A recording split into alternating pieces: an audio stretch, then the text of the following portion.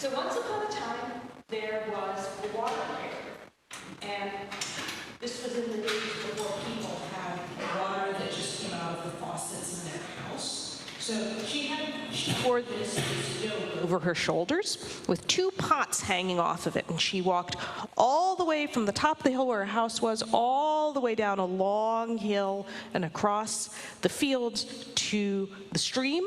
And she took each pot off of her yoke and she filled it up and put it back on. And she got them balanced. And then she turned around and she walked all the way back across the fields and up the hill to her house. And that was the water that she had for the day. And it took a long time and the pots were heavy.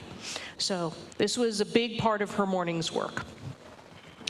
Well, there were two pots, and the one over here was beautiful and smooth, and it was very curved, and it was painted with red paint on black, so it was very beautiful.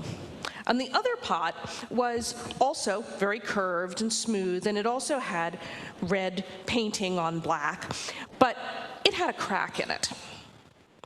And so while the pot over here could carry a full pot load of water, the pot over here could, by the time it got to the top of the hill, it only had about half the water in it. So the water carrier walked along with her two pots, and the pot on the one side that was all smooth and perfect felt very good about itself. I'm a beautiful, smooth pot. My curves are lovely. My painting is gorgeous, and I carry a full pot full of water. I do my work well. And it's good to feel good about yourself. She did a good job.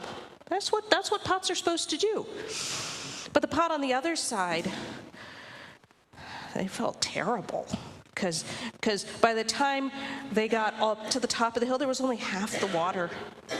And they watched as the water level dropped, drip, drip, drip. It was like tears coming out of them.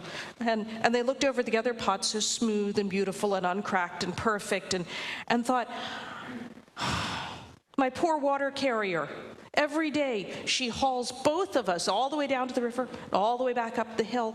And the other pot, they do their full work, but me, I only bring half the water.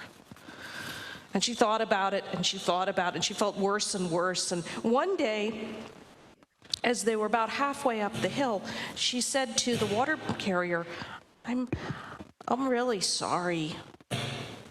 I know you're mad at me, and I'm really ashamed, and I'm really sorry. And the water carrier said, what are you talking about? Why would I be mad or ashamed? And the pot said, well, because I have this crack, and I drip. It's like crying, but I can't stop. Have you ever cried and you couldn't stop even though you wanted to? Yeah. She's like, and when I get up to the top, there's only half the water in me. You only get half the value out of me that you should. I'm no good as a pot. And the water carrier said, well, I think that I beg to differ. Tomorrow, when we go up the hill, you watch.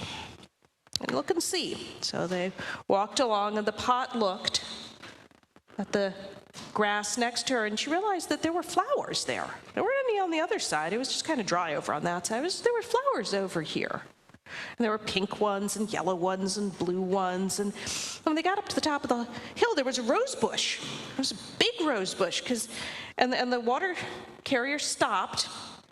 She lifted the yoke off, and she set the pots down. And the broken pot had always felt a little bad because that was when she really splashed, and there was always a lot of water that got lost at the top. And the water carrier said, did you notice the flowers? And the pot said, yes. She said, I've always known you leaked. I wanted you to leak because you water my garden all the way up the hill. I don't have to do any work. You do that for me. And at the top, I planted a rose bush because I knew you were going to put a lot of water there. And that's my grandmother's rose bush. You do exactly the job you were meant to do, and you're a very good pot. Thank you for listening to my story.